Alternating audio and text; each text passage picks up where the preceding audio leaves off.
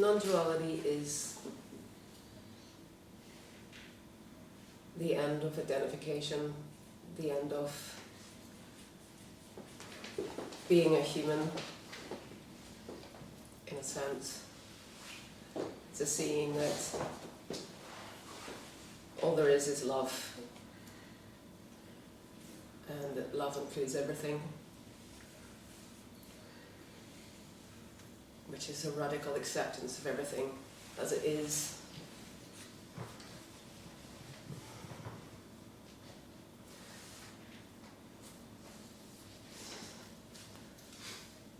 So we're born into wholeness, we're born into this sense of completion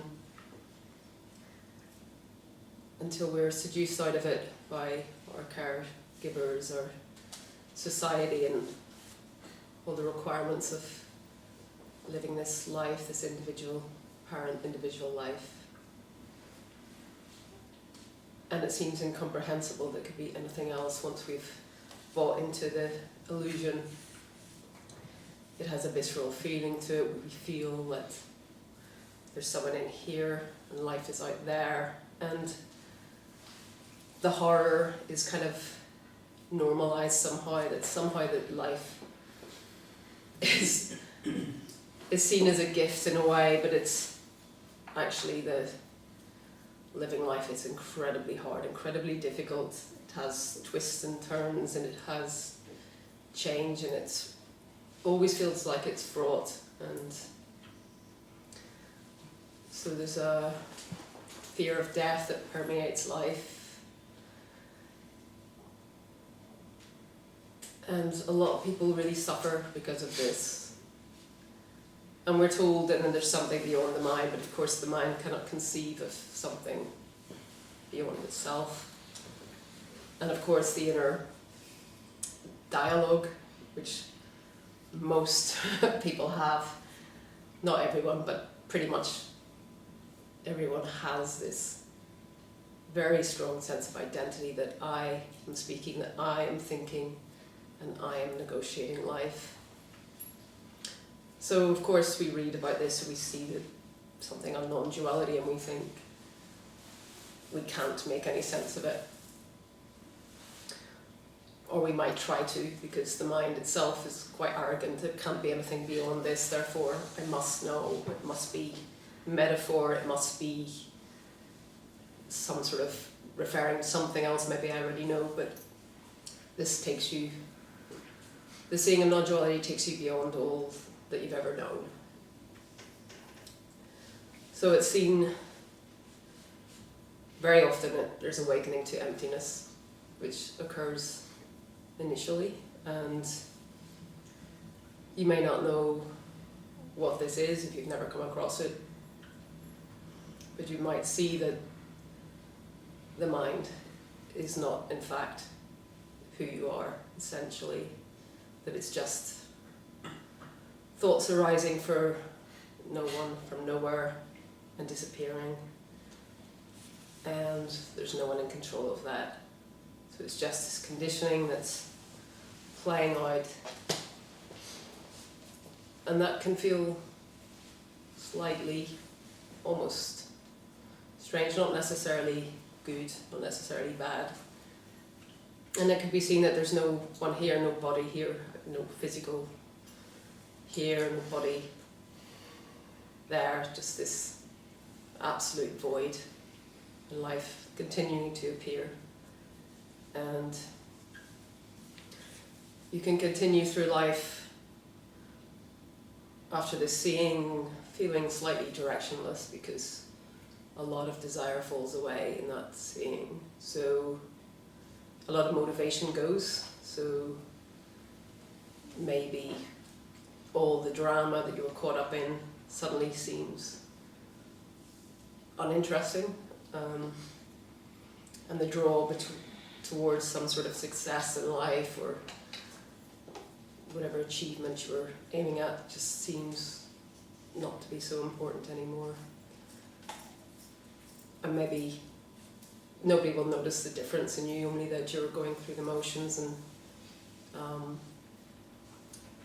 referred to as the dark night of the soul very often, and St. John of the Cross described this state of kind of being unattached. It's just going through the motions. And it's kind of death. Subtle in some ways, but it feels different. But the awakening to unconditional love is a joyous thing. It's very much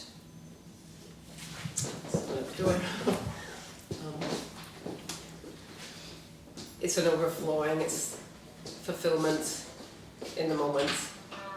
So there's a falling away from time-based entity that we see ourselves as being. Time is a thought appearing. There's just the timeless. Time appears in the timeless. So there's just where you are, and there's a coming into where you are, which is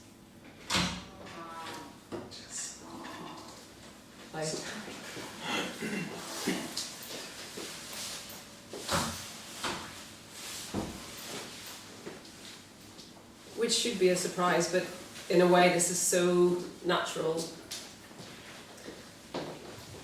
that it is almost like the light before falls away. It's just gone. There's almost as if no looking back. So it's seen, but there's nothing, and there's everything appearing, and nothing. And the mind tends to fall away in this as well, so it can be a completely empty mind. So the identity is completely gone, or else that the mind is really slowed down. And so perception in this has changed as well, so that everything becomes absolutely absorbing. So where you are in the moment is more than enough. It is an absolute rest, an absolute coming into where you are. So there's nothing to seek outside of where you are. There's no desire to get away from where you are. There may be a desire to sit in nature and to really sink into this, which very often happens. So, because you're seeing things for the first time, and the sacred dimension is seen in that. So everything is changed. What you're looking at has changed. It's no longer the same sun, the same sky, the same tree. It's as if you've never seen it before. So there's this absolute quiet, subtle fascination with everything that's arising, and it's peace. And there's a stillness that can be seen, and the stillness is what lends a kind of perfection to everything. So everything is seen as perfect, every face, every flower, every teacup. Yeah.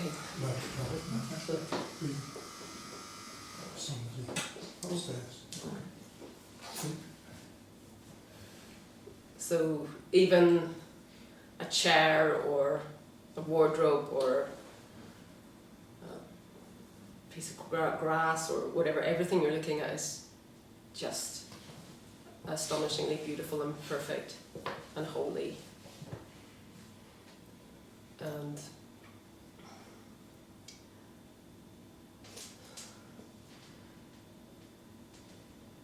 so this can continue on for a long time, many months, maybe a few years of just really just resting in being, in just being, rather than doing. Although doing and being merge. So when you're doing, there's a beingness to that as well. So it's like being pure spirit, just moving through life with thoughts arising, words coming out of the mouth without having to do anything. So it's kind of effortless being. And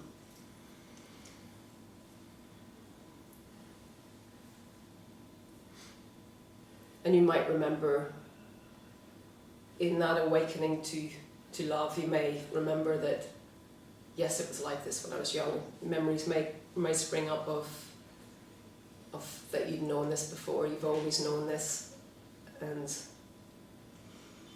you may wish to share it, but people may not get this. They may not like how you've changed as well. Some people find it, they want you back, they want the drama infused person back. You might find it difficult to engage with people in the way you did before, because even speech can be slightly tiresome in a way. The most beautiful way to experience this is to be totally silent and just to come out of the mind, because the mind is collapsed, so there is just what's happening. So life goes on, and even in states of the profoundest bliss can come and go within this. So there may be ongoing bliss, this may come, this may go, maybe different kinds of meditative states come and go. You may have energetic experiences come and go. But at some stage you may wish to return to life, and that can cause some problems as well, because even though the fascination with mind is gone, whatever was gone before, the problems or issues you've had with life may reappear, or you've had trauma that might come up, and it might make you think you're back in the mind. But once this is gone, it's gone. Constriction doesn't come back. The sense of a person being here does not come back. It is just stays the same no matter what. But some people get confused as well because of issues that can arise or pain that arises. So there's no answers in this to it's not like a substitute identity, it's just the end of identification. And there's no location for being whatsoever, so there's no here and there's no there. There's no sense of being in here or being out there. So the boundary between self and other disappears, so that when you meet another human being, or there's often a joy because you're connecting with the other deeper than personality. There's a seeing that we're all essentially the same, we're all part of this oneness, which is life. So life is kind of living us in a sense.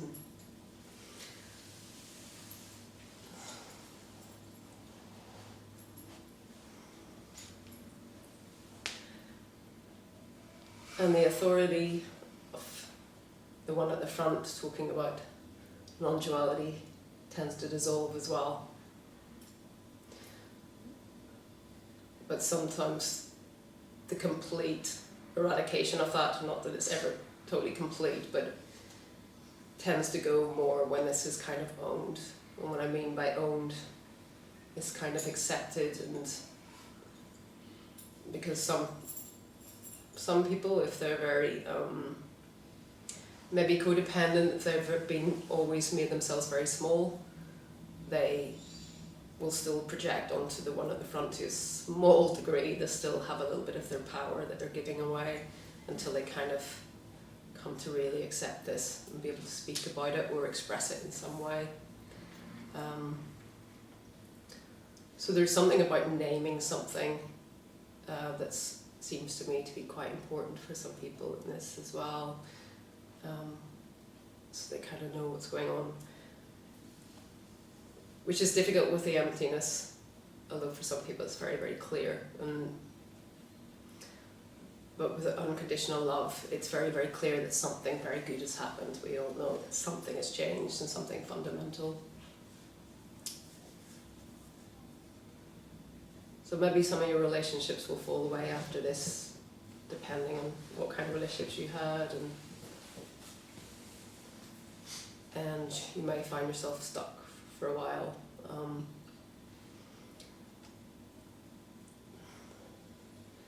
Because seeing through the illusion of self does not mean that you're suddenly authentic in the sense of really being in touch with all of your emotions as well. So that's another kind of waking up in a different sense, in a psychological sense, because you can still be blissed out and know that you're not this, and still be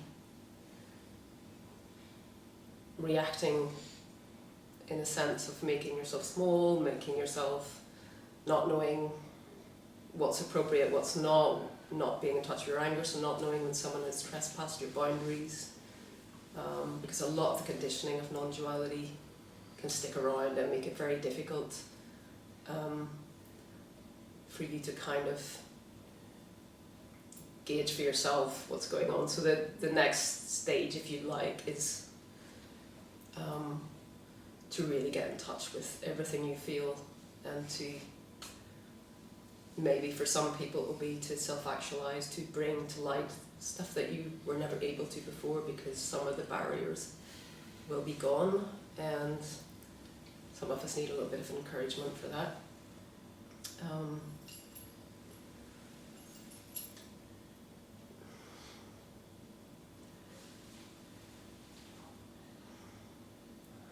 So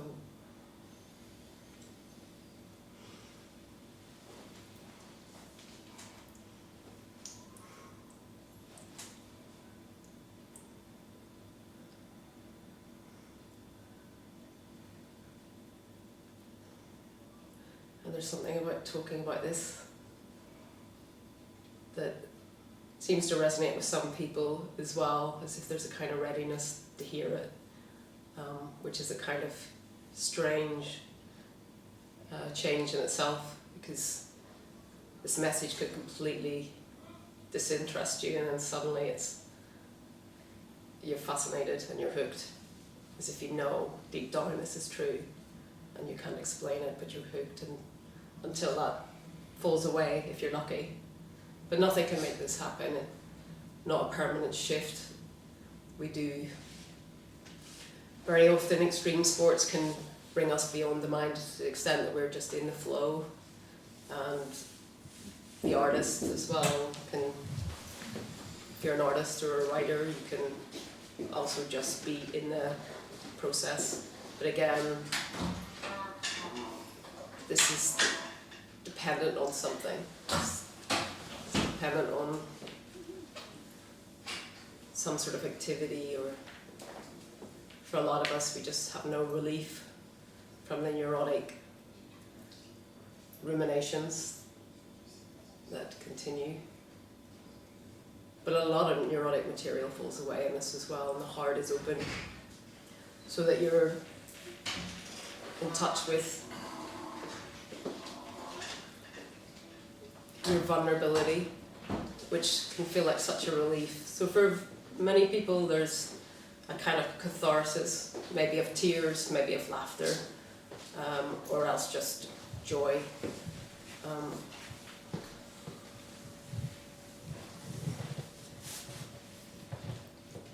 And tears can be of joy, or it's just a release. There's just a release of energy.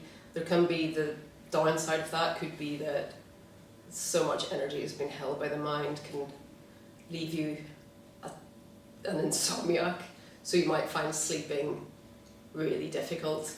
So as much as you're in bliss, there is a time which you kind of want to sleep, so that can be tricky. And also you may find it difficult to care about normal life as well, or you may have difficulties with language, or if everything falls away, very much so you may not know what things are, you know, because the mind can fall away to different extents. There's different kind of depths to this, but it becomes more normal over time. It becomes the new normal, and so that you kind of forget about it.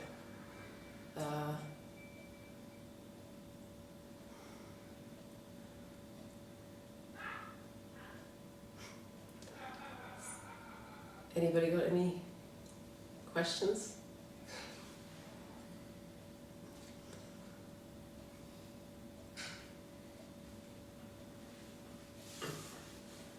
Hi.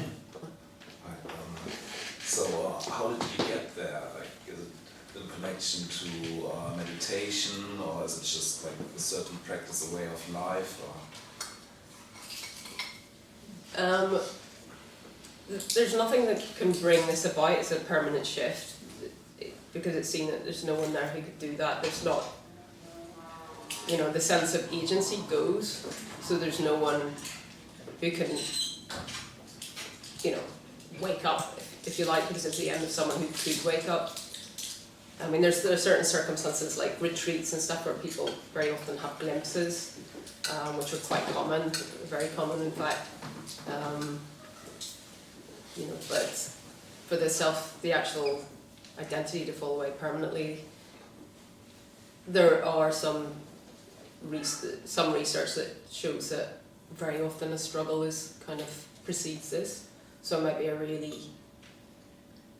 a heavy psychological period plus something else, like if you know, if you're really stuck and you can't cope, there's a kind of surrender that's it's almost like a conscious surrender, but it's not. You're surrendered, so it's almost like you can't cope, and then suddenly it's like something else comes in, so that it's not like anything drops away, because there's nothing to drop away. It's already perfected. This is already the case. It's just somehow that illusion has gone, and it's, you know, just there. So no, it's in a way it's frustrating, because there isn't anything you can do, but it's becoming much more common now, as if it seems to be that this is almost like an evolutionary leap. It's, you know. It kind of sounds a little bit like Eckhart Tolle and Power of the Now, like in the beginning, when he wakes up this one morning, and it's just like life just different, and he felt like before he had felt like a lot of pain, and it was just like very overwhelming, and then it just snapped and life changed. Yeah, because the suffering is in time, really, because it's mind based, most of it. So that falls away, and you see the stillness. So all that argument with life is gone, and all that conflict, everything falls away. And not to say that conflict can't arise again. Of course it can, because life will involve you in situations where you will have to go through the motions of what I do. But yeah, so. But that deep peace, everything that went before, that psychological self is dissolved in that. So there is just the person sitting. In his case, I think he was in bed, but there's just the room, and the beauty of that is so all-absorbing that there's no energy to go in to even examine that, even reflect on that. It's just beauty. It's just. So you're just, instead of being elsewhere, because the mind is always taking you elsewhere, the future, or even if it's a moment ahead or a moment before, it's gone. You're here. You're just here, and that's absolutely free. I'm not saying of pain and stuff like that, so that's a different matter. Pain is very difficult to negotiate, but yeah, the psychological stuff for sure is gone. So yeah, it's entering a different life, but without, you don't necessarily have the tools to navigate that either, because you're just suddenly in this other life and you don't care, in a way. And problems can seem like a joke. What problem? But of course, when this becomes more normal, problems can arise, but they don't have the same hold, so that ruminative thought tends to go, except in extreme cases of when people do have a lot of trauma, stuff can really come up as well. So it depends what your triggers are, and of course the triggers can be external. You might be around someone, who's, maybe you're with somebody who's really kind of toxic and they're just trying to trigger you all the time, and you think, oh God, I'm not awake because I'm feeling all this anger or something, but it actually might be, so if you're not psychologically aware, a lot of people don't know how to discriminate, and also if you wake up you might think, I've done this myself, of like thinking, well, I'm in bliss, everybody's okay, because deep down everybody is okay, there's a knowing of that, and it's like, so I think sometimes it's like, it makes it easier sometimes, okay, there's empathy in it, but sometimes you see someone suffering and you kind of know it's okay as well, there's beyond that, everything's alright, there's a sort of deep knowing of that, so you might be moved to help, you might not, depending, but it does tend to make you more empathic and more compassionate if you have empathy in the first place, because if you don't have empathy maybe you'll never have empathy, so not everybody has empathy but most people do. So it's coming out of the story, but the story still arises, and that's in a way why it sort of redeems the past as well, so that the memories become kind of innocent in a way, and there's an appreciation of the story of your life, which is kind of,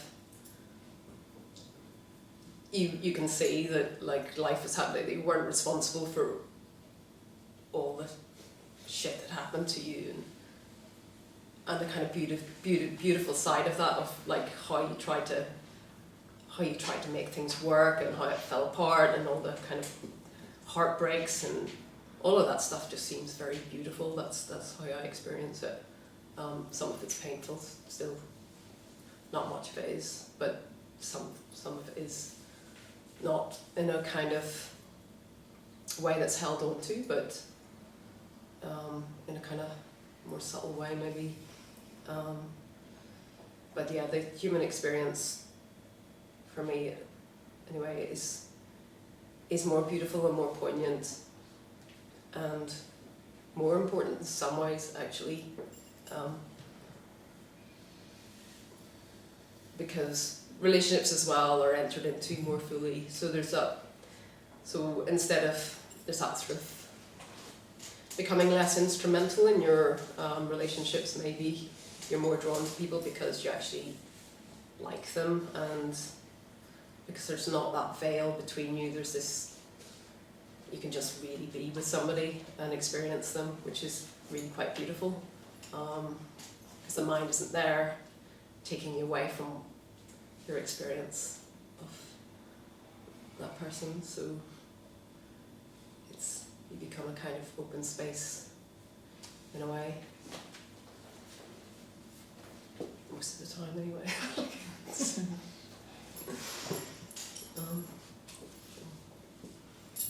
You mentioned something similar in your recent interview with Walter on YouTube, and then you mentioned something about when you're with someone that you can really be with them, but then when they go, it's that they're really gone. Can you speak a bit more about that? Yeah, it's the relation to time, because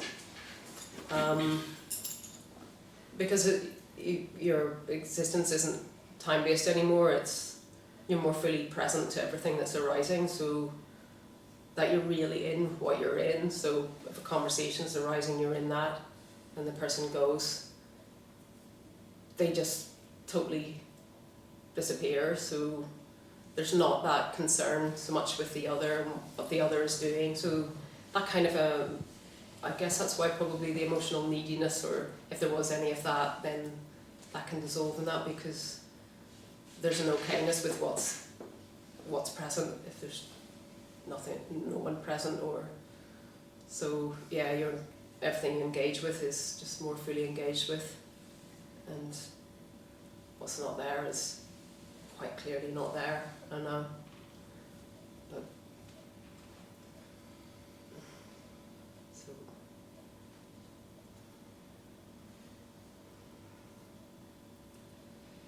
and that's why the sense of boredom goes, because I still use the word bored, because sometimes you're at something that does your head in and you want to get away, and that still happens, but it's there isn't that weight of time that you experience before.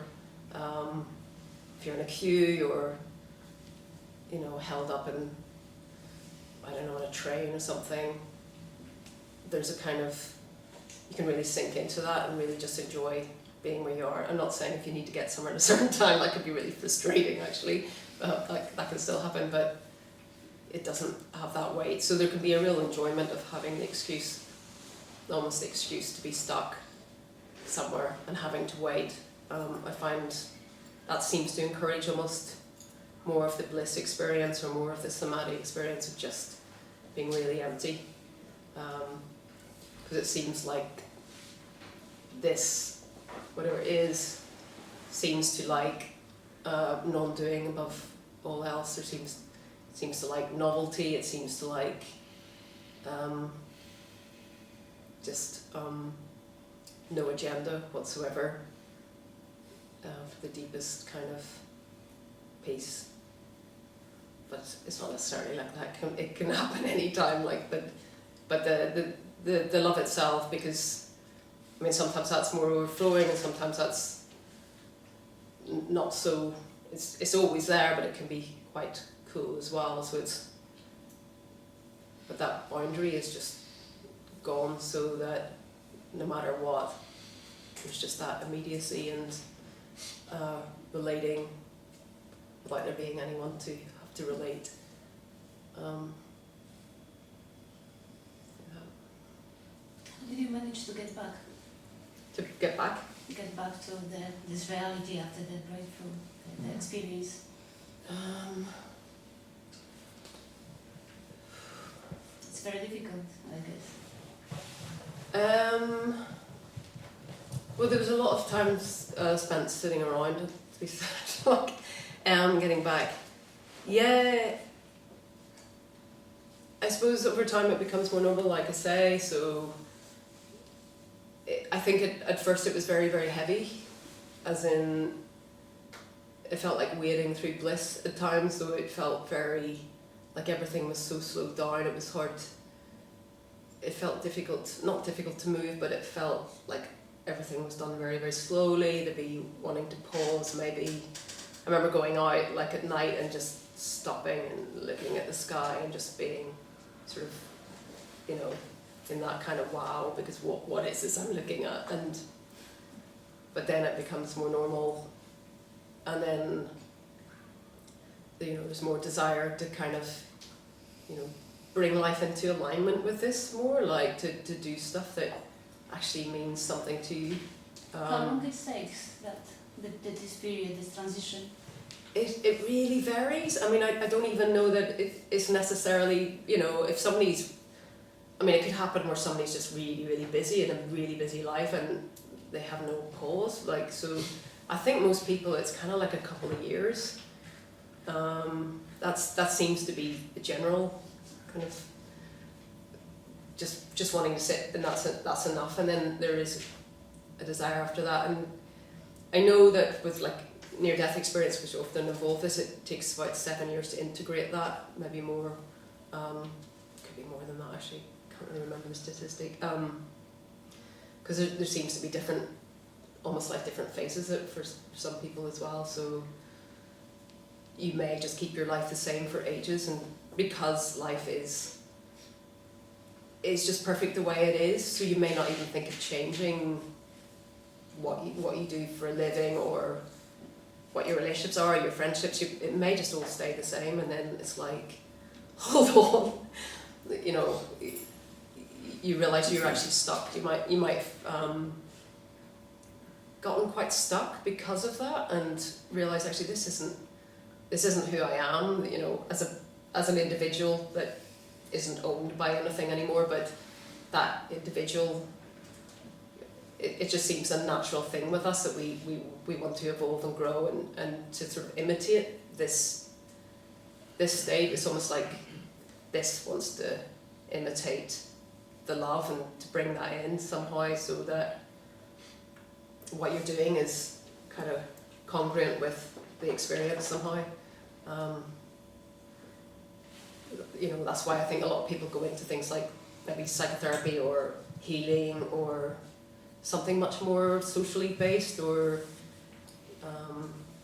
sort of, you know, because the incentive of making money, because you're. I know. Yeah. All right. Okay. Yeah, I know. Okay. I think Oh, that's your experience, is it? I'm in some quite difficult now time, and something is going on, and just have to get back, and it's really difficult. Oh, right. If you've had an awakening then, and it's. I don't know if I can call that awakening, but a lot is going on. Oh, right. Okay. And there is that, I think, transition time, Yeah. and it's very hard. What's the? It's hard to get back to the material world, I would say. Oh, okay. So you're being forced back into the material world. I'm not forced yet, but I know that I have to, because I have some responsibilities, you know, towards Okay. my family, and it's very hard Okay. to. Are you in a state of quite? Are you in quite a peaceful place then? Like. Yes, but it's.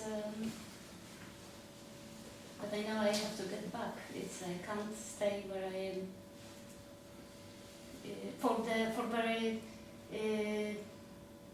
for just material reasons. You know, it's not. I have to get back, and Yeah, it can be difficult because you know the thing is, because there's in normal life there's this restlessness that you want to do something with anyway, because there's always this distraction.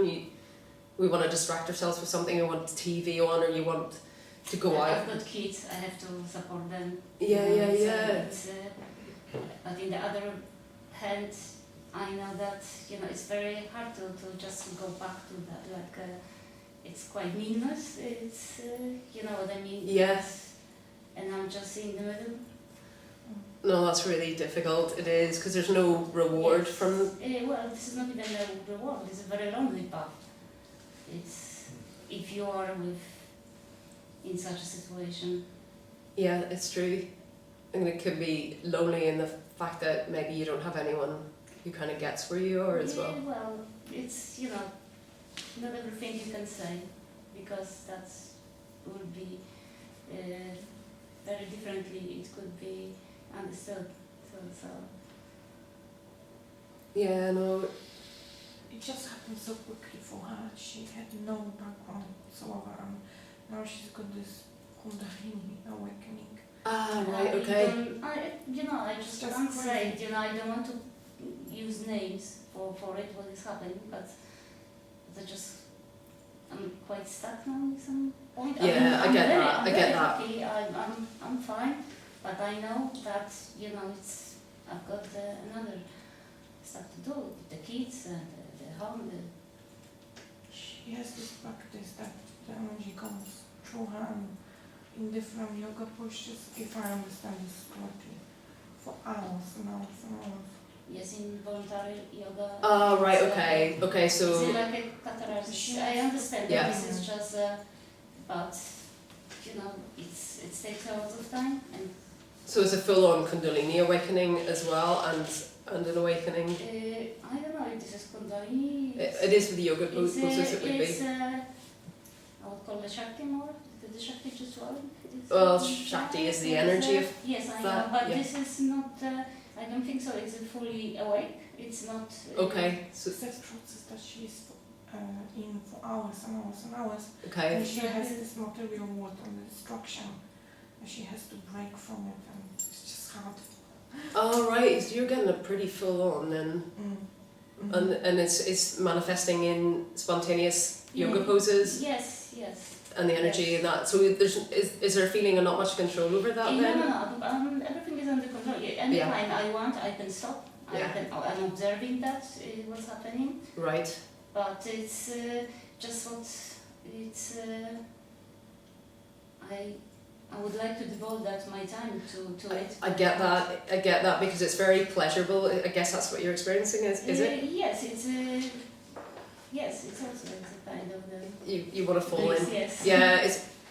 Yeah. I mean, I haven't had a lot of that, but I did have spontaneous yoga poses, Yes. and it's very energetic and it feels very good, and the body's doing its thing, and it probably is releasing trauma. That's what they say anyway. But it certainly feels like that. There's, it feels like a natural process, and if you can't indulge that must be very painful for you because. Yeah. Okay. And I have to now divide, and I don't know what to. I can't just totally to give myself to it. Right. I wish, but She feels like she has to keep herself on the surface without dipping. Oh, okay. Oh, no, that's a shame. That's really annoying. So, are you waking up during the night? Are you going into poses during the night as well? no, I during spend sleep? my time in the early morning every day, so it's my meditation time, and then I go some kind of the trance always. But this Okay. is, so 6 o'clock I'm already done, so I can carry the everyday life, like kids and stuff. How long? When did it start? Oh my God! So you've been. So it's been pretty. Exactly 2 years ago, 8th of May. Oh, wow. Years Okay. ago. Wow. Yes, Okay. because there was something, lots of things happened, and I was almost so sick that I was in the hospital.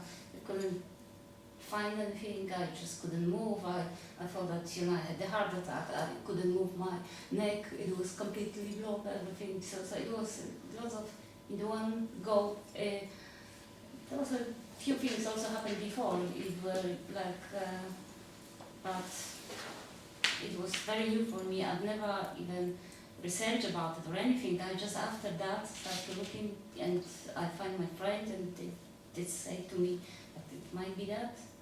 Right. Okay. She says she's so new. She came from Catholicism. Well, I did study philosophy, but right. it was but when I was young, then I just gave up because it wasn't that what I was looking exactly. I couldn't find the answers there, so Yeah. I just left. And years after, something like that happened. It's quite lonely path because it's expressing itself in It's the mind just for yes. her, and if she wants to ask, there's no community to support her whatsoever. I feel sorry for her. It's, But it's the it's same too time weird some stuff to even say, because I know that if someone tell me something like that, I would also say, okay, it's just maybe you are stressed or something, but I know what's happening. Yeah. No. It's interesting you say you don't want to name it, but actually, is that what you really feel? Because I just don't want to say, oh, this is that, and there you got description of no, it's not like that. Okay, I just find it helpful in my own case to identify it, that there was a Kundalini process, which I've had to. Basically, the yoga postures are very slightly different to the normal yoga postures. Yeah, that So would make sense. the varieties Yes, are yeah, tailored to my body. But then other Yes. people try to say, no, you have to just do it exactly like this. No, You cannot force yourself, because once I tried to Yeah. force myself, and I did hurt myself, and it was just a lesson for me to just go with the flow.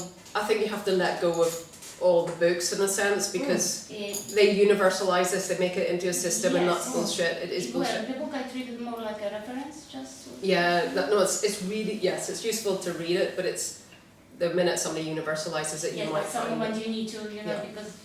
because you're the question, are you mad or not? It's that what is happening. It's quite not very common.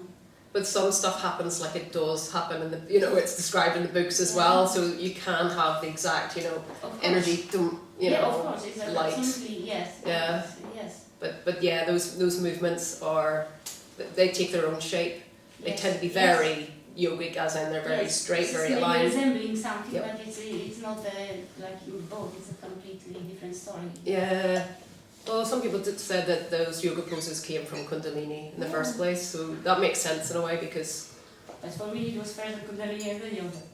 it was what, sorry? First Kundalini, so this awakening and then yoga. So Ah, right right, before yeah, that, yeah. just a 10 posture, and that's it. And then all of a sudden, I learned the rest. Yeah, By myself, you know, I was surprised that I could do stuff like that. Very surprised. well, there is support as well, and there are some therapists who know this stuff as well, like the whole Kundalini thing. It's just making sure you talk to the right Yes, people. but Yeah, I know what you exactly. mean. It's Exactly. it's hard to find. If she It's, would Yeah. be talking to a priest from of the religion, they would exercise her or something. Yeah, but you might find the odd priest who's having a Kundalini awakening. I mean, yeah, but on the whole, yes, you have to be careful. But it's surprising. well, I had to get rid of the, you know, now I'm just not religious at all. You know, Yeah, that tends to happen. So it's but a lot of stuff when I was a child, so I was told about the, you know, the heaven and the hell and all this stuff, you know, nonsense completely. So, and that stay actually in my unconsciousness. I thought that I did the It's a great part of the program. Yeah, no, it's deep. It's deep. Yeah, It was no. very difficult, but it's I did it, you know, get rid of it, everything. All right, okay. Yeah. Okay. So are you noticing psychological changes with all these in a positive way then? Yes. Can you But describe it was that? very difficult in the beginning because everything all of a sudden fall apart. Everything.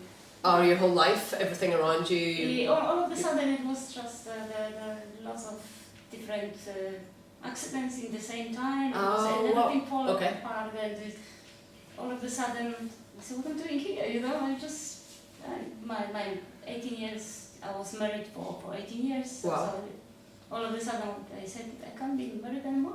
I'm sorry. The attachment went? The attachment? No, all of a sudden I just saw that that, you know, this is just, we just together because we get used to.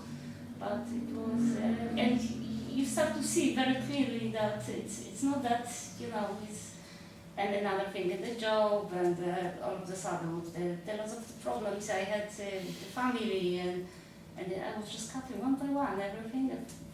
But it was very, very difficult. For the 6 months, it was very difficult. Every day was worse from the previous one. And then all of a sudden, everything stopped, and I start to get back. But to some point, and now I'm stuck again. Well, can you imagine, like, if you're going to therapy and trying Yes. to change your 18-year-old, you know, Yes. relationship, that's going to take a long time, and you're Yes. just like, Yes. boom, Yes. you know. Yes, it was all of this, you know, it's just everything didn't work in my life. All of a sudden I cut it, but it was Yeah, well, very, very painful. Intense. yeah, there's going to be a lot of shocks there, like, because it's so, I mean, Also to all my family, everybody thought that I went mad. That was what I'm doing, you know. But I just couldn't, you know, stop it. I just said, you don't understand me. I have to do it, and that's it. It was just like I mean, it's Tamara, like meditation and, for 7 hours in the room. Right. Waiting. What she's That's doing. pretty unusual, like, yes, Yeah. I had the time at this because it was a lockdown. So for me, Oh, it was right, a good. great time. Oh, that you had because I some had time. lots of time for myself. Yes, so. oh, you My see, husband was also, yes, at home, so he was look after kids, and then I could progress, if I can say like that. But I don't know if that's the right word. what was the word, sorry? Progress, but it was not progressing, it was actually like a clearing out.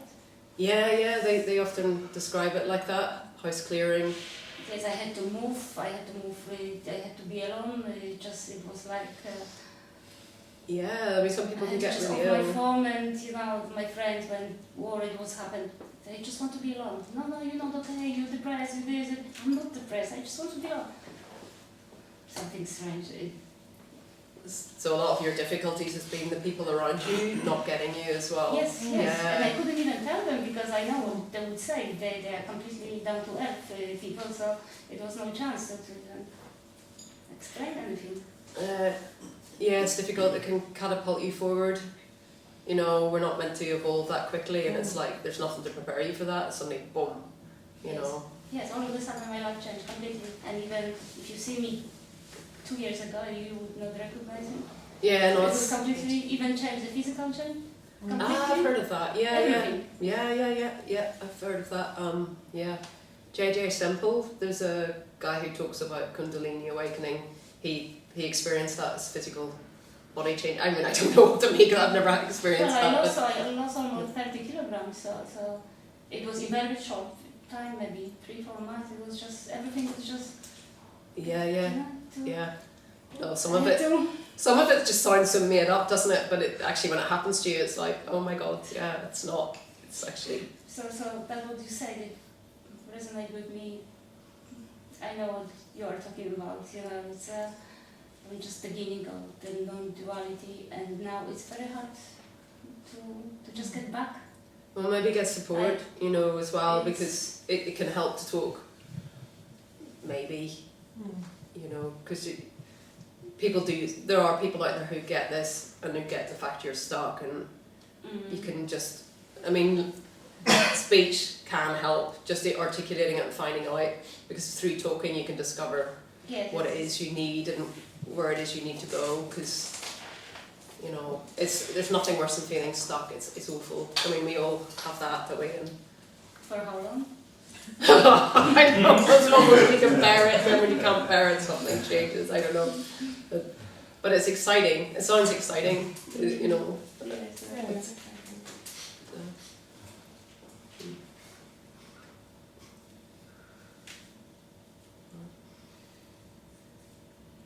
You know what's exciting is when lockdown happened, right?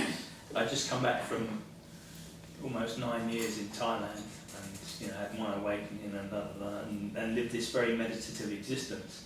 And I came back to this country, and right at the point where I thought, okay, I'm going to have to kind of shift gear and speed up to integrate into society.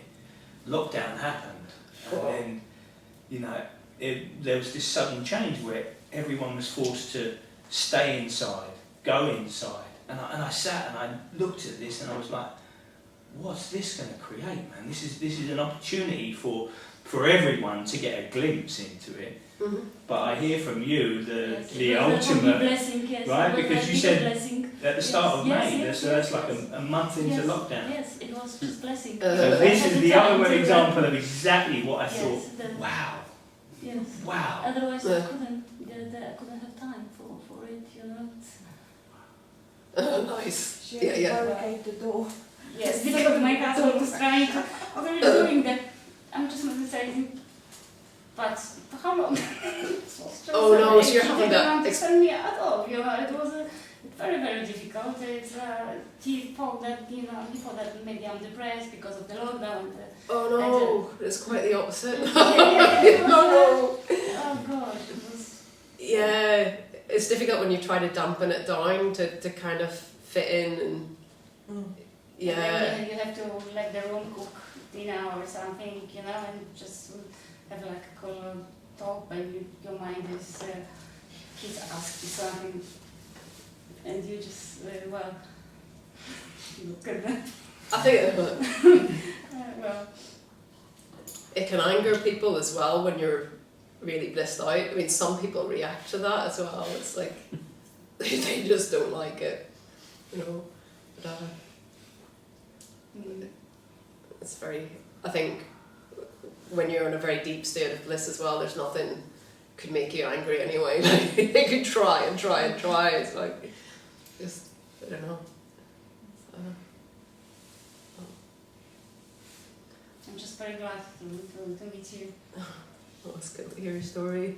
But I think when you sort of awake to the unconditional love, when it's just all kind of over, like when you're catapulted forward in that, it's kind of like nothing. I mean, it's just the neurosis bit is gone, and it's just. But Kundalini is a different. It can get you any which way, absolutely any which way. It can be torture, both torture and blissful, but it's a real mix. Very intense, yeah. Yeah, but very exciting when you're not being asked to explain yourself, I guess.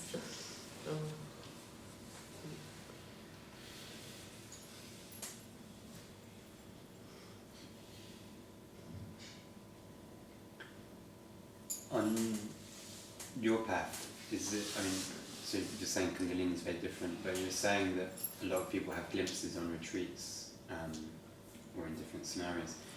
Is a permanent shift usually preceded by glimpses? I don't know what the statistics are in that at all. I've no idea. Are they? I don't know. I mean, from the stories I've heard, there tends to be that, and then you hear a lot. It seems to be very common for the experience of meaning and being, like sense of constriction, openness. That seems to go on for a lot of people for quite a while, maybe indefinitely. So, yeah, I mean, there's not. I don't know how much research is done on that, but that's the stories you hear. Certainly, there seems to be a lot of glimpses. Yeah. Because you were saying there's nothing you can do to facilitate the permanent shift, but it seems like if people are having glimpses first, then they're obviously, you know, they went to a retreat, for example. They're obviously kind of seekers in the beginning, and they're doing different practices. Yeah. But it's just because when the self is seen through, there's no, the sense of agency is gone. You know, there isn't. It's known that you can't.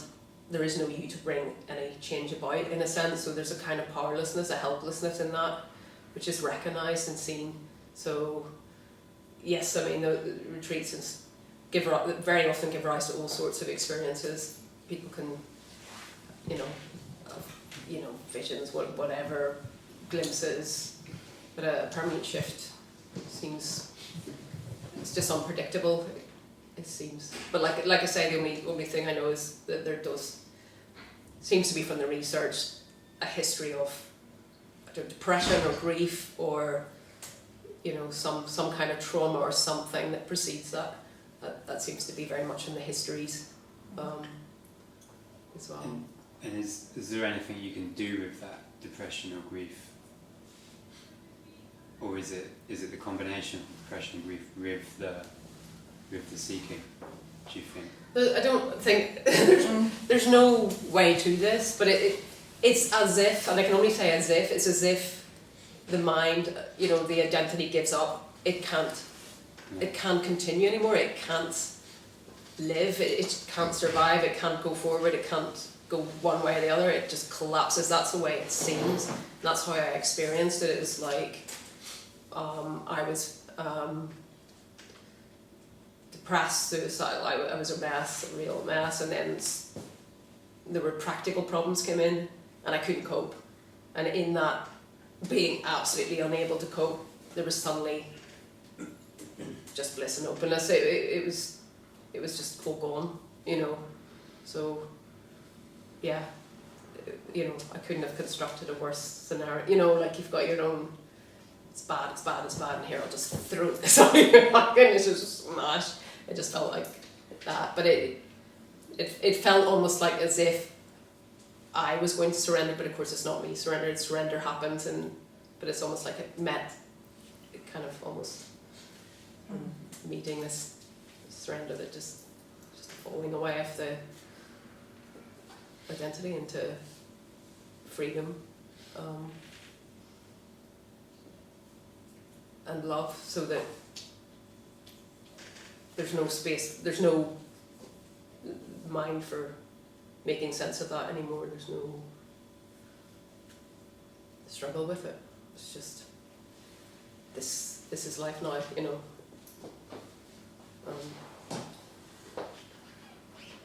and it's kind of laughable. Like, the idea of struggle, because then it suddenly is very much like that which was, because the struggle is there in a sense, but it's not experienced anymore, like what would have been struggle. But you're just going through life now, moment by moment by moment, that without the mind giving you all the brief about it. So it didn't matter anymore. It didn't matter. None of it mattered. It was just love and trying to negotiate a shit life, which it was at the time. Like, and no one to worry about that. No one to try to make it okay, because it is okay. It's kind of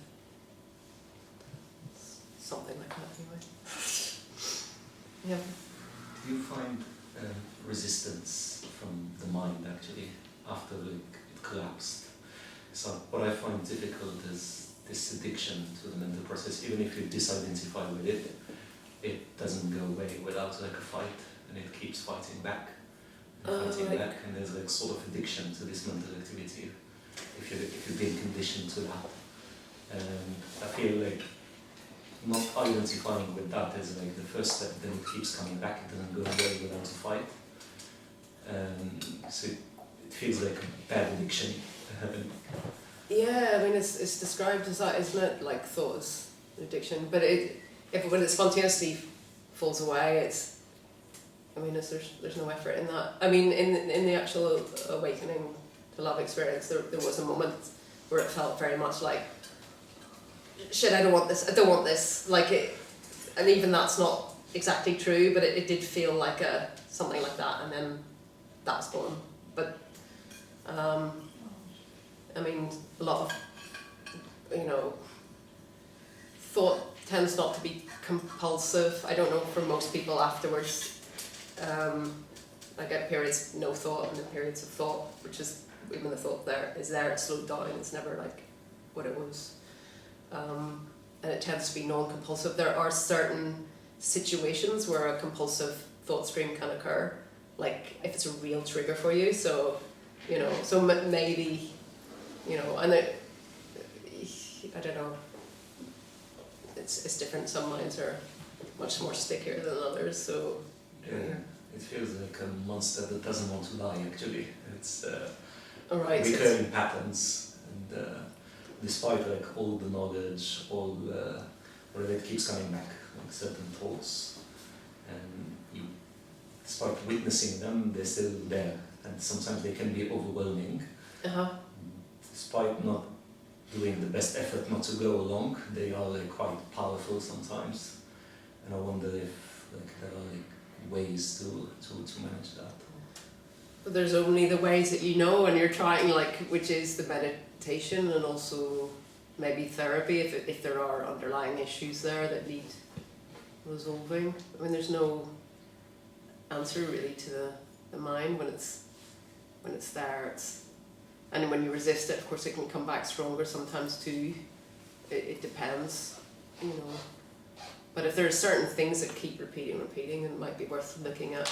Because it usually is that, isn't it? Or maybe it's trauma stuff as well, in which case it might be worth looking at if it's really... Is there a lot of emotion with that? I think that the way I would qualify it, it's like the racing. Racing, okay. Like it becomes like too fast to create, or what if scenarios, and all the things I've been conditioned like throughout the it feels like racing thoughts, like what if this will happen, what if building scenarios and going into like an abstract world. And well, if it's a lot of catastrophizing stuff, then it could be trauma stuff.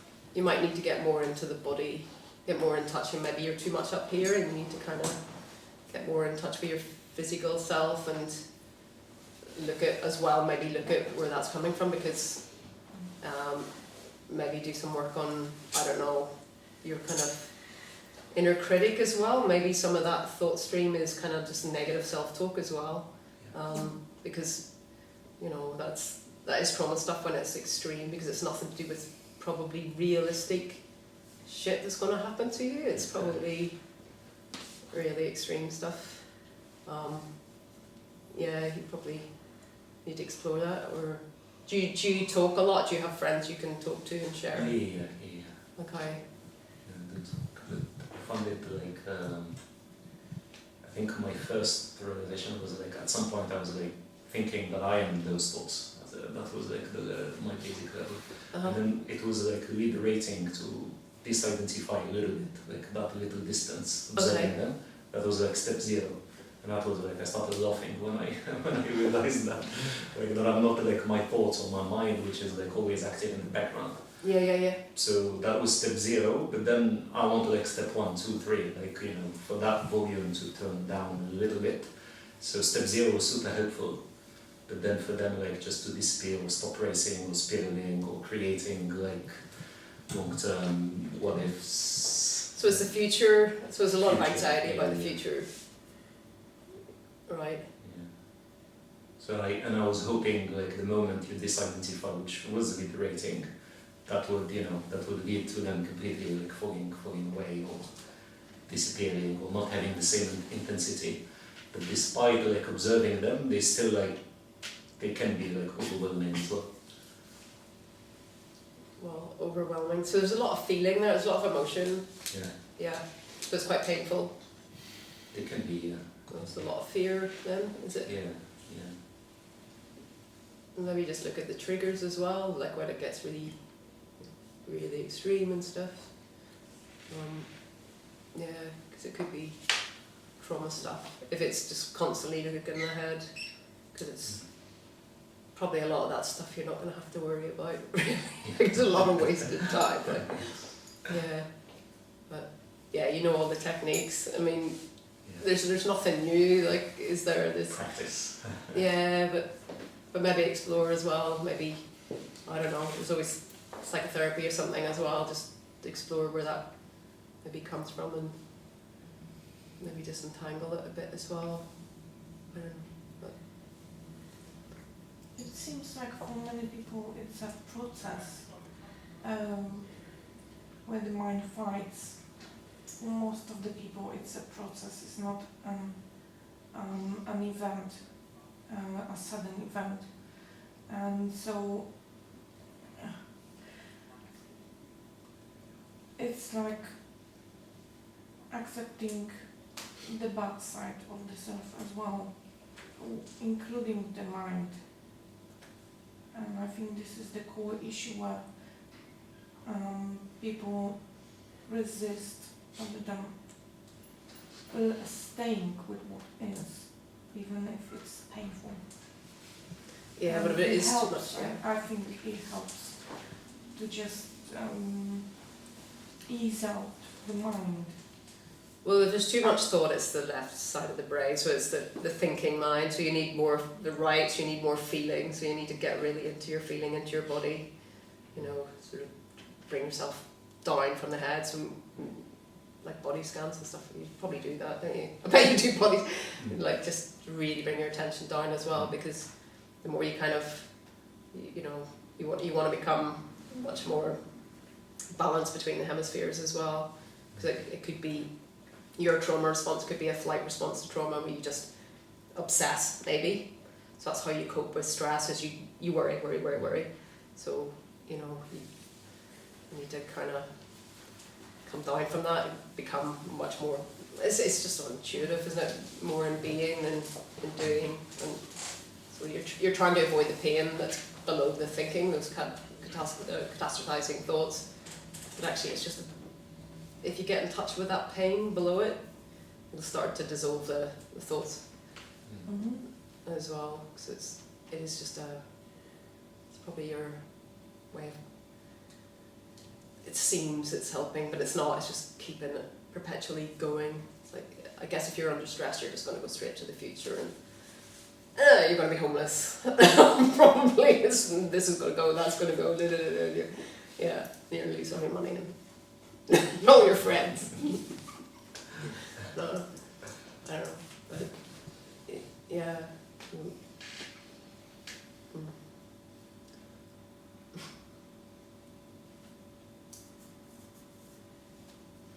Yeah, because I mean, the problem is not the thoughts, right? It's not the content of the thoughts or the narrative in the thought. that's not a problem. The problem is the feeling that arises in the body. Yes. So the body is the key. Yes.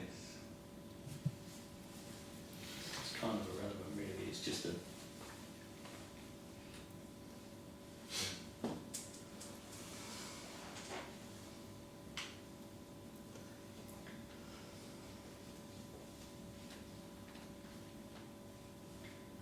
You said you thought maybe it was the fact that there's more people awakening now, that it was an evolutionary shift. I wondered if you could speak more about your ideas around that. Well, it just seems that more people are waking up out of the mind because it's common now. So a lot of people seem to be more open to the message, more ready to hear it, and even if they're religious, they seem to be more open to it as well. So maybe living from that isn't so important as it was. I don't know. Yeah, glimpses are common. A lot of people don't really talk about it still, but I'm not saying that we're going towards some sort of lovely sort of like everything's going to be okay, or like everybody's going to wake up and everything's going to be okay, because I don't really see that, to be honest, because it's not the be-all end-all of waking up. If you haven't dealt with your shit, you're still walking through. You can still be unconscious and at a psychological level. You can still be walking through life and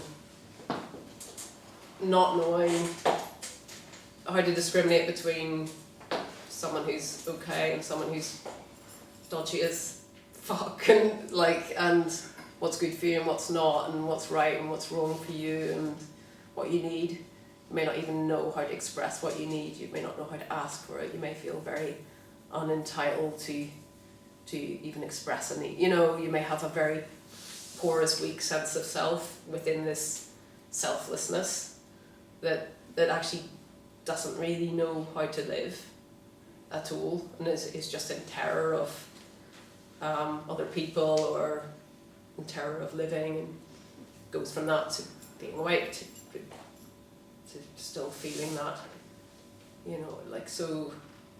And also if you're very pathological and you wake up, you might just be like, yeah.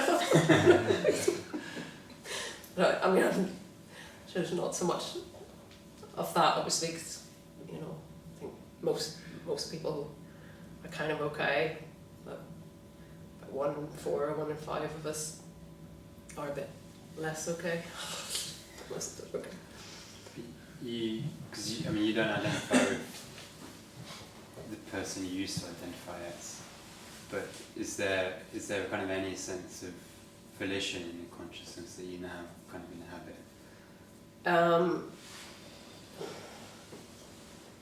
The identity is there, it's just not who I am, if you know what I mean. So the doneness is still there, the what I'm into and what I like, which I suppose did actually kind of go in a sense, because there was no psychology at all for quite a while. But yeah, so volition, there's desire for things, but it's much more in the moment. So there's moving towards something. It's much more just a process unfolding rather than a kind of I want, you know. So yeah, it's much more sort of natural moving forward. But yeah, I mean the desires and everything are there, but they don't have to see them. They're not trying to.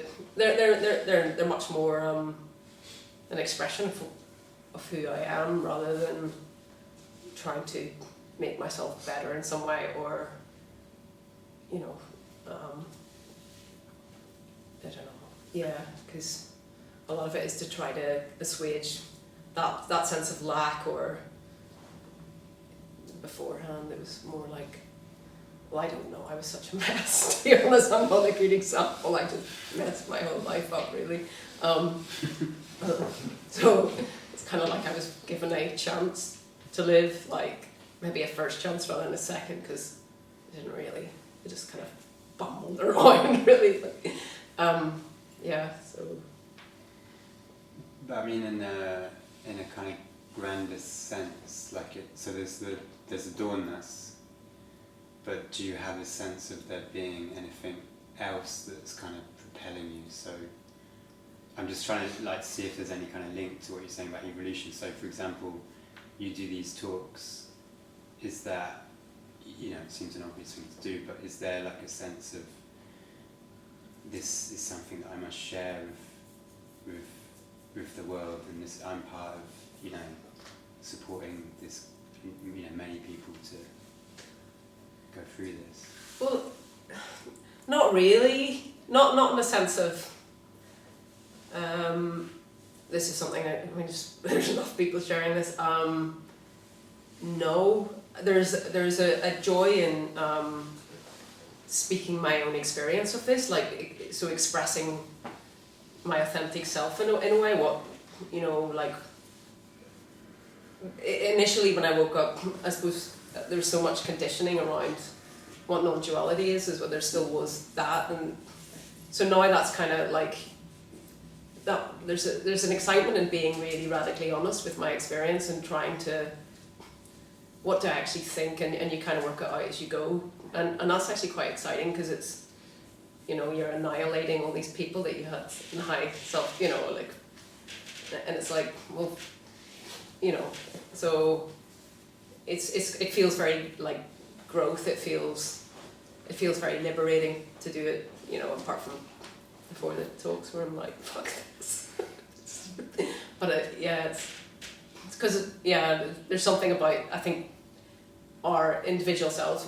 It's natural just to want to express that somehow, and if we're not in touch with all our emotions, then we will express it in a distorted way. So, you know, or we might be unkind and cruel and whatever, thinking we're being authentic, but we're just not in touch with our sadness or our vulnerability, or, you know, so it'd be kind of all distorted. And so the more you're in touch with all of it, the more, you know, it's not about just blurting out what I think. It's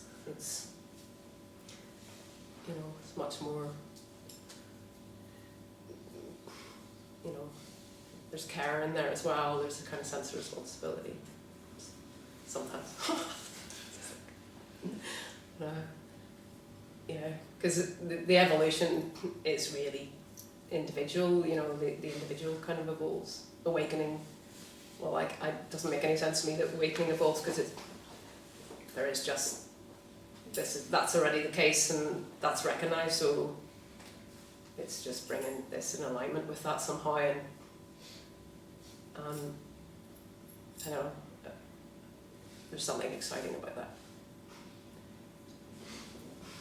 And yeah, and the same for anyone who's growth oriented in any way, whether you're awake or not. It's very exciting to, you know, I mean, to be able to finally express yourself in some way. You know, it's just sitting here talking about this, you know. But the most exciting bits are the questions when you answer something and you hear it. You know, you say something you've never thought about before, and it's like, oh wow, okay, so maybe, you know, like something new, or, you know, that's what's exciting, I suppose. Yes.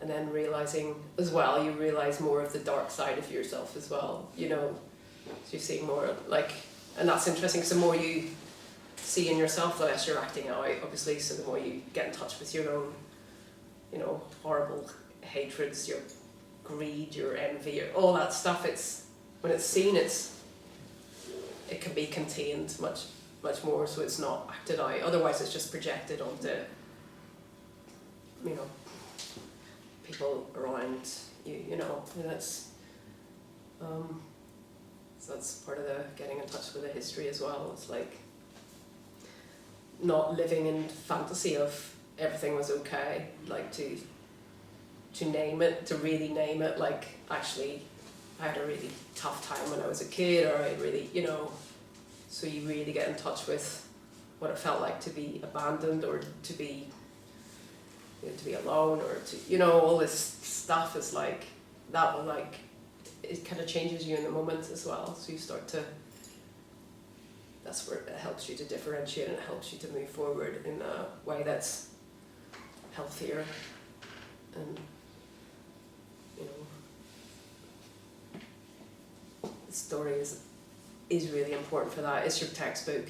It really is. It's like, there's nothing really, you can learn so much from it once you see it, especially when you've shifted like that, you know, if you've shifted in non-duality, but even if you haven't, it still is, but you can really see it like it's someone else, and you can really see why you went, like, because I was self-destructive, very self-destructive. I can see where that came from, you know, and it's like, so I know what that is like, and how that, you know, was manifested, and the miracle of it not, you know, being there, or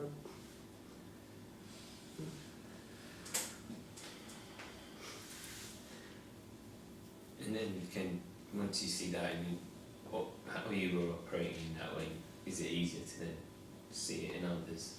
It's easier to see it in others, and you're more forgiving as well, because you know, you've done all the shit things, and you know, yeah, the more you've access to, the more you've been through, the more you kind of, and the less you judge. You know, it's so easy to sit there and say, well, you know, look at them, you know, the scapegoat thing that we all, you know, do, and actually, you know, it becomes quite clear that we're all susceptible, really, and maybe not Jesus Christ or, you know, like these, you know, like, you know, sort of mythical figures that seem to have no repression whatsoever. There just seems to be no unconsciousness there, no fear of consequence, and just, but we all know what happens to people like that, don't we?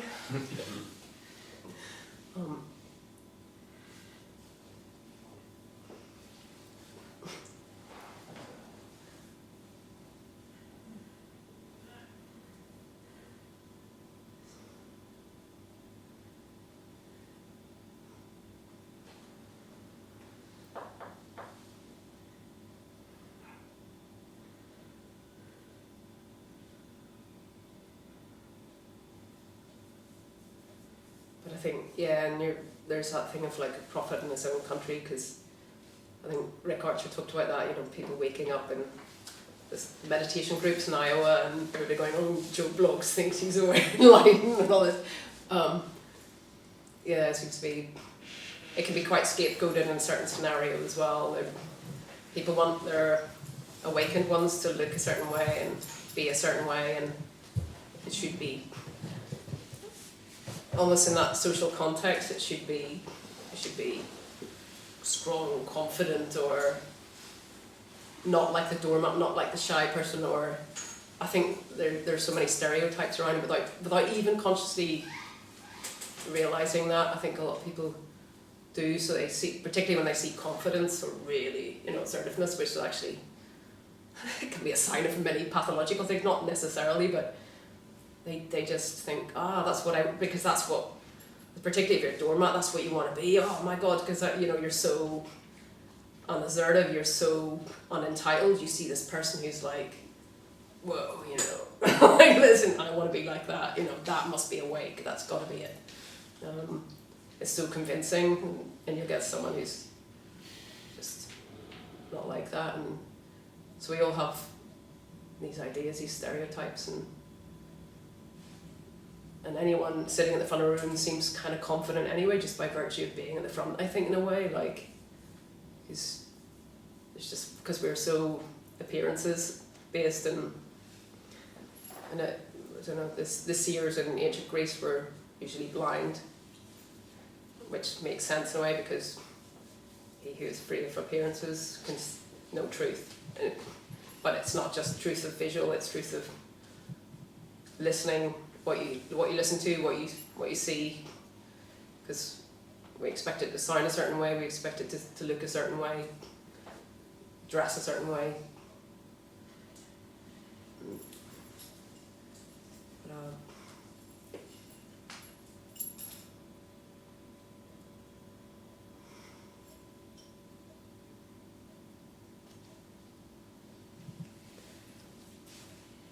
it's pretty hard to keep those stereotypes up now because everybody's waking up, so like,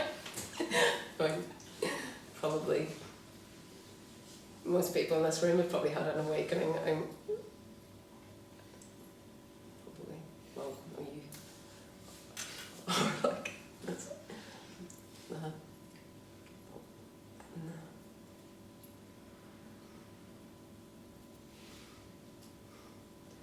But I don't know what everybody's going to talk about once everybody's woken up.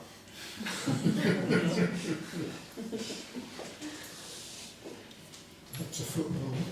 Well, that's it. Like, where do you go after this? Like, I mean, because it leaves you kind of obsessed with it anyway, in a way. It's like, well, what is there? You know. But, anyway. Maybe we're obsessed with glimpses of sleepiness. Glimpses of sleep. Yeah. Go back into unconsciousness. Yeah, Oh, wow. that becomes the new awakening that everyone's aspiring to. Being a person. Yeah. Wow. I really believe you're a person. Yeah, wow, I really feel it. Yeah, maybe. Drama. How do I become egoic? Yeah. Teach me. Just sit and think, ruminate really hard. Like. I want to think more. But thinking's good. Like it's funny that as well. Like 'cause it's, you know, a long period, like maybe the first couple of years, like hardly any thought at all. Like just, and then something gets thought, and it's like thought can be really nice. Like it can. It's like really you know, it's nice to have both. You know, I don't think I just want to be empty all the time. I like thought as well because it's interesting. Apart from the painful stuff, nobody wants that. It's just boring, isn't it? It's really annoying. But I think it's hard to remember how it was before because I can just remember some of the visceral stuff. I remember like just the anxiety was always there, sort of the shallow breathing. Yeah, it's exhausting.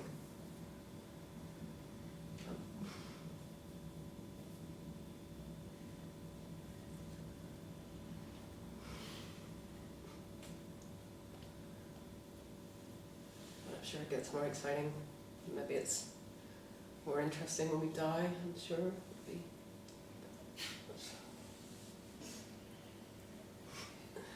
Part of me is looking forward to that and part of me is not with it.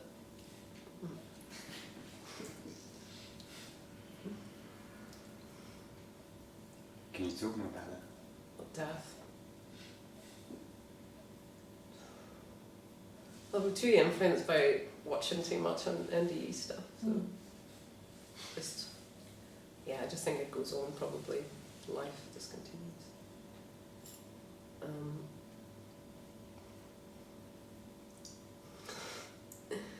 Except there's no, yeah, because obviously the physical is redundant. It doesn't seem like there's any physical anyway, so it's,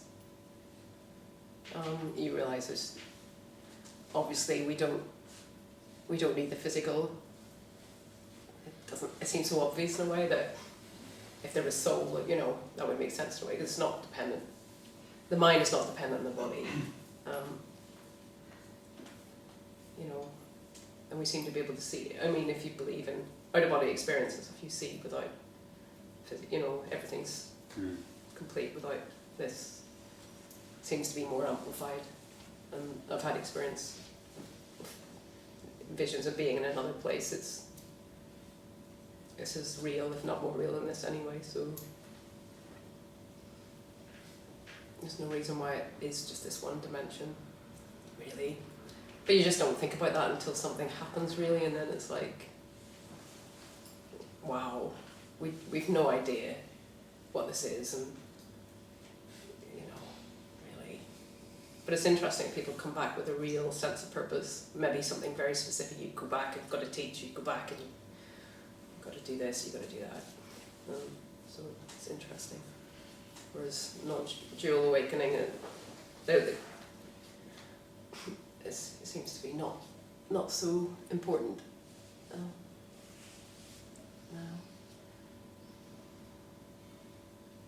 But death seems to bring, a lot of people have a near-death experiences coincides with non-dual as well, so it's both. It's kind of, guess, because there's nothing to cling to in death if it is proper death. But there's no reason why there can't be everything out there, you know, the whole, I don't know, bardos, everything. They could, for all we know, we don't know, like heavens, hells, who knows. But I don't think I want to come back to Earth again. I wouldn't want to do this again. I don't think I'd quit.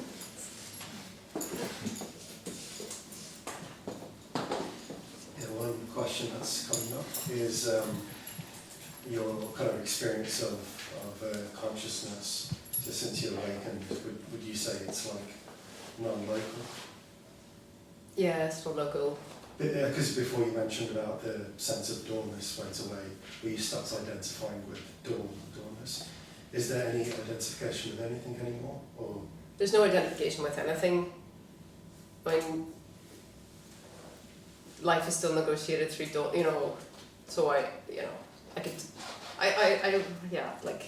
so the personal life exists, but it's just, there's no location for that, and there's no identity with that, and there's no ownership with that, so it's just, that's appearing, and it's still important, and it's still a life being lived, but it's not really, if you know what I mean, because you're not that, so it's not in the same kind of way, but it's still important what decisions are made and where you go and what you do with that. It's a kind of paradox in a way. I think that's why when people talk about the absolute and the relative, which is misleading, but at the same time it kind of makes sense of things because they're both really important, even though there isn't that duality ultimately. But yeah, there's no here and there's no there. So, what's your experience like with people? Like, because you're not identifying with dualness. Like, I've heard people describe, like, if you're in a room, there's just, there's one here, there's one consciousness. Sometimes I sense that when I'm not identifying with each other, there's like a oneness here. But, yeah, because for me, when I'm with people, there can be a lot of thoughts and fear, social anxiety, judgments that come up, and that stops me from just from being in a peace. So since you awakened, what has your experience been like with more effortless? I suppose it's like a forgetting in a way, because it's just that communion, but there's nothing communing, if you know what I mean. So even a conversation in a way, somehow the beyond the words is kind of more important than the words in a way, like Sounds like it. Like that kind of being with another. It's the being is kind of the important bit within which conversation arises, say. So there's not that, because there's not this enclosed, identified, located being. There's just this conversation that's, it's kind of odd in a way, because it's not so, it's precious in a different way, but it's not, there's nothing to be grasped at or gotten from it, so it's kind of just, I don't know. Does it feel like it just happens itself, like you're not trying to think of anything to say, the words, you're just like watching? Well, there can be thinking of things, but mostly yes, it's just a flow, and it's seen that that's just flowing, but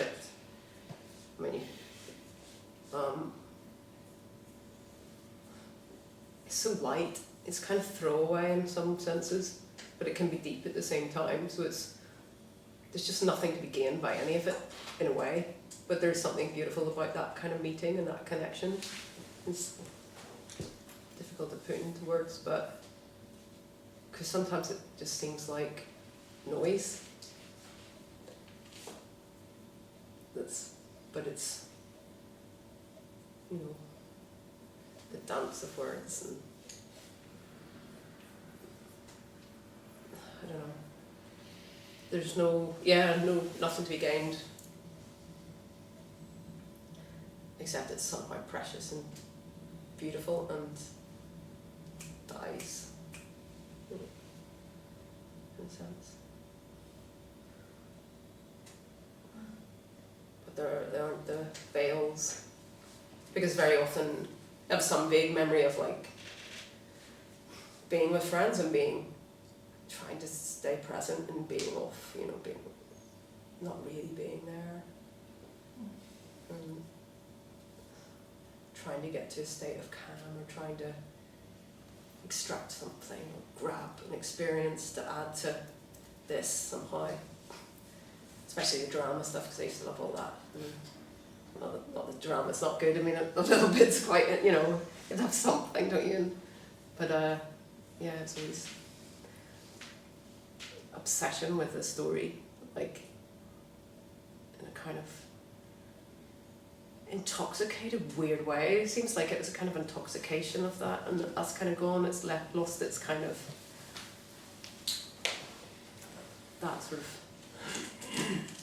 I guess, because the mind is not in the forefront anymore. But it's just, I don't know, empty space. It feels like empty space, and it's empty space in one level. It's this empty space, but there's also a lovingness there as well. Yeah, which can be felt or not felt, but it's experienced, whether it's felt or not, because it's not a feeling, it's just because the boundaries are gone, so it's sort of boundless and weightless. No one meeting no one, but yet it's intensely personal as well, somehow. Because that's the only thing that matters. It seems, well, one of the things that matters is, for me, I love that. Being with a friend or is really precious to me. So the more you're with people who are kind of like more of an open space, it's really beautiful. But even if they're closed, you're kind of like open. You just, it doesn't close you down, but it's really nice when it's shared as well. I think there's something really beautiful in that. When you see the openness in someone, it's really nice.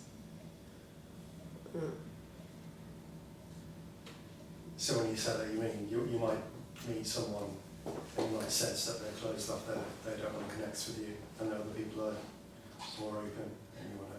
Well, you can see when someone's caught up in their mind. You can really see when someone's very identified or really in suffering. I mean, it's visual, and you can see it in their eyes. You can see, I think we can all see that, get experiences where it's much more vivid, and it's quite disturbing, but you kind of know, except you can get it mixed up, because if someone is a psychopath or malignant narcissist or something, they may have that emptiness in the gaze, but it's not the same as the emptiness of the awakeness. It may coincide with that, but it's not the same. It's just there's no one home, but it's a very different there's no one home, because there's no one home, but there's just no, kind of like a soul there. If in a way of talking about it, I'm not saying there is a soul, but yeah. So, but usually there's I don't know. So you'd maybe find a psychopath as a guru and be like, wow, there's no way. So I don't know. I think sometimes when you meet people, I can relate. There's like a cloudiness in their eyes. When I look in their eyes, it's like clouded. Okay. And then other people, there's a light in their eyes. You can just tell straight away. And then, generally the people who have cloudiness, you could say maybe, lack integrity, or there's maybe an aversion to people who have light in their eyes. Obviously, there's that natural disconnect with them. I think we all lack integrity. Could be my judgment, yeah. Have you had an awakening then, or are you? Not like you. But had some sort of glimpse, or? Well, I'm 30 now. I did have a big awakening when I was 17. Ah, right, okay. It was really powerful. That's really young. Yeah, but I would still say I'm identified with the body. But, it varies sometimes. like even when I was coming on the tube here, Uh-huh. I felt very present. I don't always feel like that. So it you know. Oh, so sometimes it seems to drop away, the kind of identification kind of drops away. It goes through periods, and yeah, I think since I was 17, I really learned that the kind of salvation comes from within. Right. And so since then, there's been a lot of inner work that's been done, and I still continue to do through going to various, doing various therapies and whatever. Right. So I do notice at the moment I'm doing a lot of inner work because there's a lot of stuff coming up. I feel less present. Ah, right. Okay. So maybe it's clearer as well. Then naturally I feel more present, and the next stuff comes up to work on. So. Ah, right. Okay. Did anything precede? Like when you were 17, was there anything around yeah, that? similar to you, yeah, I was in a bad state. Oh, right, okay. Yeah, really, I hit like a rock bottom, and then there was, I kind of grew up in just like a regular kind of like semi-religious family, so there wasn't really much awareness of spirituality. Right. And in childhood and teenage years, there was a lot of suffering, and then by the time I got to 17, it was just like I hit rock bottom. And then I remember I was in my room and there was like a thought saying, life can't be this painful. So I think that was the first time I actually surrendered to something bigger than the ego. And then shortly after that awakening experience happened, where it was maybe similar to the Kundalini one. It was just this experience of oneness and love. It was really, really powerful. Since then there was just attraction towards spirituality. So you had it at 17, a bit like Eckhart Tolle, the thought that preceded it, except it can't be this painful, because he had, I cannot live with this self anymore, or who are this self that I can't live with, similar kind of a thought preceding somehow, but 17. Oh. Did it cause problems with your friends and stuff? Because that's quite young. Was it? Honestly, at that time I didn't have many friends. Oh, right, okay. And with my family, they didn't mind. But obviously, as I continued, my family kind of went in different paths, just because, just for various things. But it was okay actually. It vastly improved my life because. I was more of an introvert anyway, so I used to spend a lot of time alone anyway. Right. So rather than just thinking and suffering, I was working through things and meditating, and so it really changed it for the better. And I didn't really have too many relationships anyway, so it was a lot of time just by myself. Right. Cool.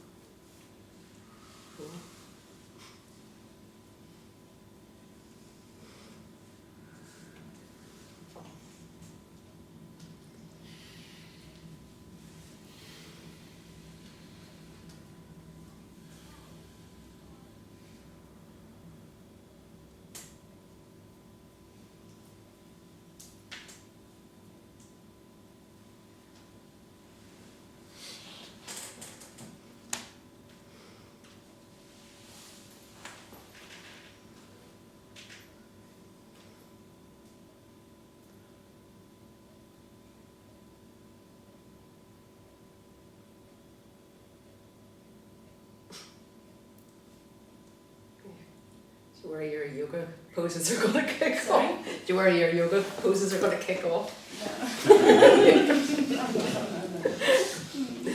Like, under control. I remember in some of Richard's meetings, there would be people with craze, clicking and moving and twitching. There was a lot in Munich. Do you remember? There's lots of people with Kundalini active. What's it called?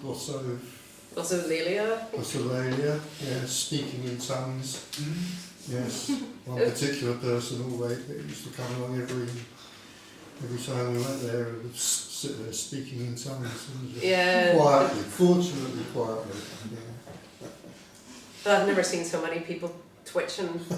Even the cameraman was wigging up. It was really strange. Funny. There's something about that centre. It's the Subud Centre. It's some sort of weird energetic building. It's really, I don't know. Sometimes venues seem to encourage it more. I don't know. And Kriyas can be catching in groups. All right. Definitely.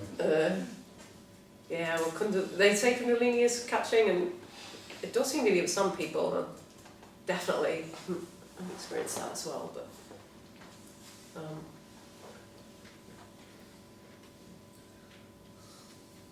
You can control it. It's somehow I at least I can control it. It's completely, it's not like I can all of a sudden in the social situations we start to. Never had a home. No. same here, yeah. Yes. So I get when that. I'm alone, and even no one ever saw my yoga or anything, and I just don't have intention even to, because this is so personal. So. All right. Okay. Time that I'm unable to show my friend or. All right. Okay. Mine was seen briefly, so I did do it in public at one stage. But I didn't care. But that was just briefly. It might be disturbing. I know that because I observe myself. Sometimes it's very weird. It's because it's with the playing with the sound also. Especially it's vibrating, your body vibrating from inside. Ah, right. Okay. Yes. Right. So I know the purpose of that. But if someone is next to me, they would completely in a different way to. Yeah. Sure. To read that. Well, you've had a bad experience of it not being understood as well, Yes. which is going to put you off. I mean, I suppose when it was happening with me, it was with someone who hadn't had that experience, but they were kind of not bothered by it, So at least there wasn't any kind of. Well, I knew it, that what I'm going through is real. It's not. I was checking that from every angle if I went mad or not, and actually, but the stuff which I started doing the yoga, actually the asanas, and that's another joke. This is not something that. Oh no, it's very clear. Like and yes, so that was for me. It was like to confirming that it's you are not mad. It's real, and just to have to know where to say something, or you can say something or not. If you are among what kind of the people, it's.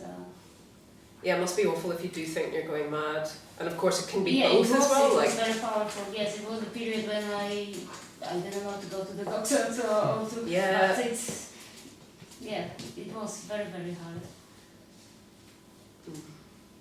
I know I'm potentially opening the can of worms, but what I wondered when you said you can control it, and yet so externally, right? There's no clue for anybody, but you're present to the sensation inside, right? You can feel the pulsing. What I wondered is if you can control it. I wonder at your ability to maybe transmit it. Transmitted, I don't know, I've never had such a problem. It's just what naturally came up for me. I thought, what could you do with that? I bet you could.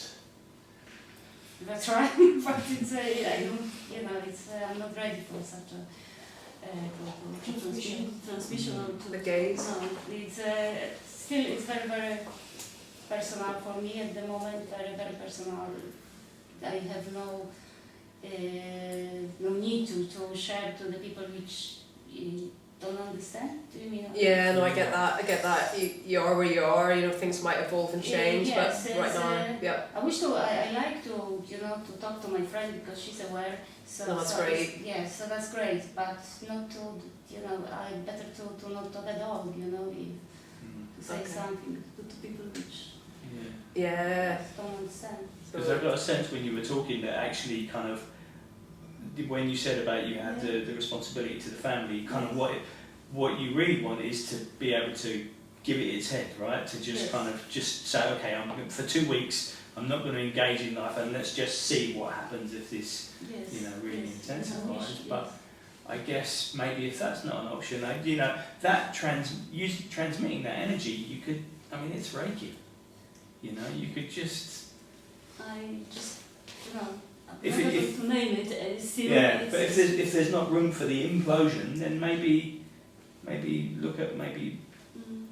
I need to be first ready for the inside. I'm just throwing thoughts and options up rather than just feeling stuck with I can't move in either direction with this. Yes, I know what you mean. But to go to the others, you need to be full inside. Yeah.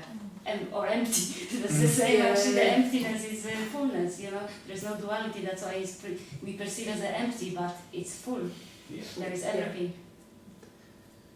Yeah. You know what you need, don't you? I suspect. And then so does your friend who's yes. that's very supportive. That's very Friend, supportive. very lucky. Yes. Yes. I think it's just happening for her.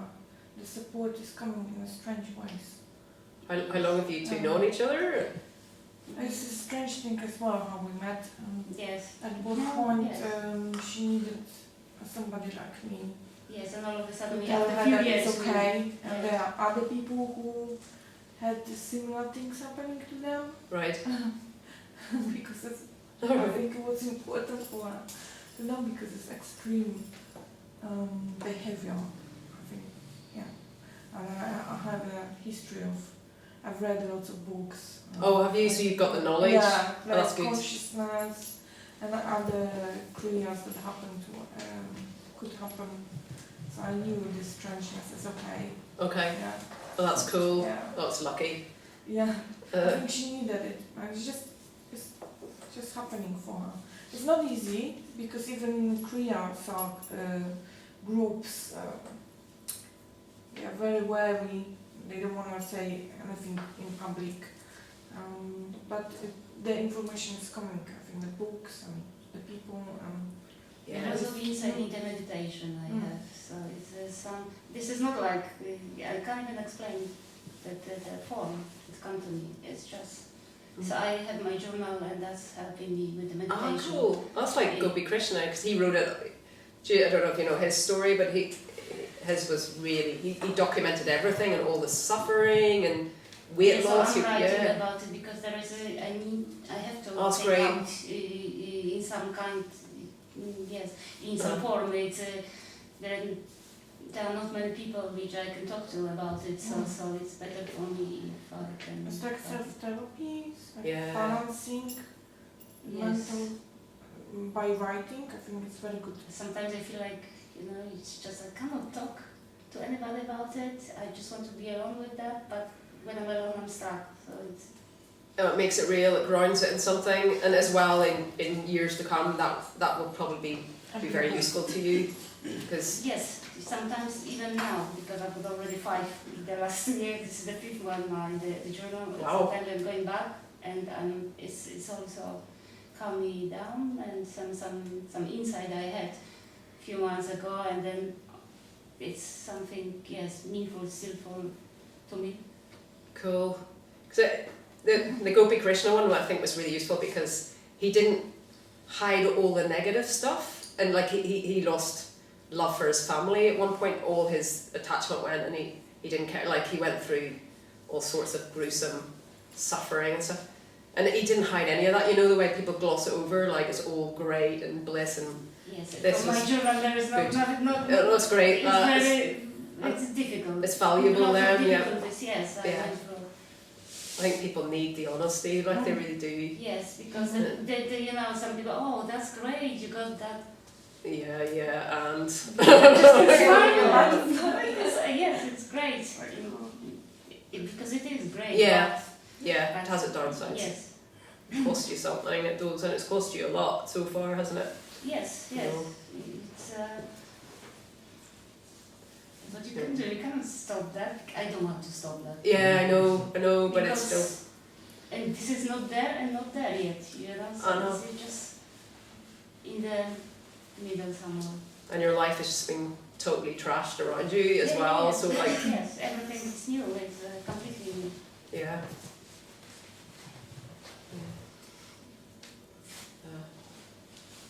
Well, I do appreciate the time we were here to hear your story. right. So I enjoyed hearing yours. It's interesting. No, it's not. It's also it's confirming for me that good, was my cool. experience. It's Oh, similar, yeah, so okay. some similar points. So Yeah. I just understand very well. Yeah, the textbooks help, but there's your experience as well. It's just, it's so individual, this stuff, isn't it? It really is. Yeah.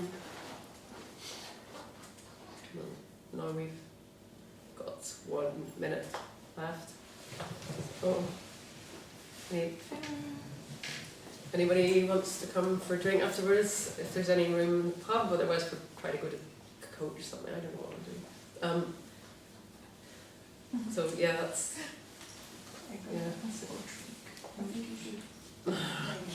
all right. Should we call it a day? That's all right. Yeah.